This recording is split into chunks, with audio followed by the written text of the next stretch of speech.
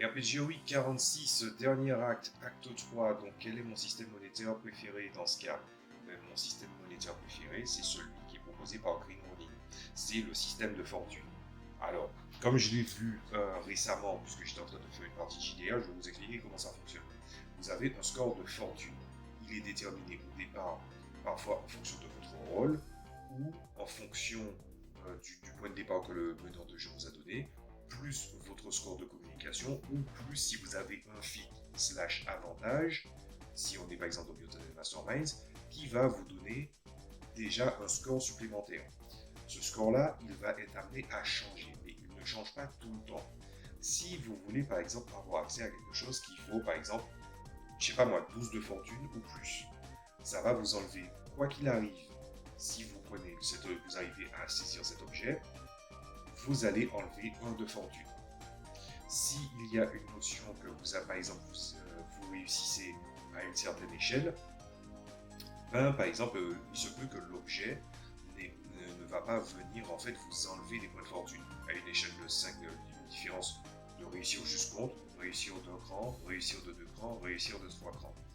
Par contre, si jamais le test est échoué, soit vous décidez que, en tant que meneur, que l'objet n'est pas disponible pour la personne, ou qu'ils ne sont pas arrivés à un accord. Ça aussi, ça peut être une autre posture.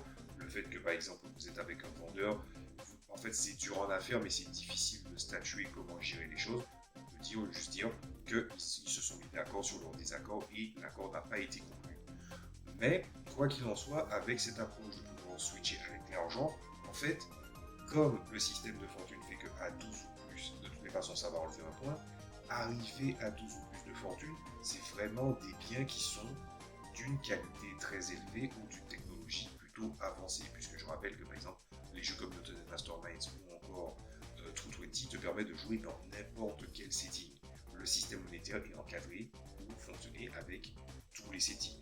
Donc, pour peu que vous jouiez dans un monde de fantasy, le taux de fortune diminuera lentement, et aussi si vous veniez à vendre des objets, le fait de regagner des points de fortune fait qu'on est dans un système qui, sans parler d'une espèce de fétichisme à avoir énormément de pièces et de se dire oui, regarde le niveau de mon inventaire, ben, si vous n'êtes pas quelqu'un très attaché à la logistique, vous vous dites juste votre niveau sera non seulement élevé et le jeu vous aide, puisque la capacité de vendre les choses avec plus de facilité fait que vous gagnez beaucoup plus de points de fortune que vous n'en perdez. Comme je veux m'éloigner de la logistique, c'est exactement pour ça que je préfère ce système.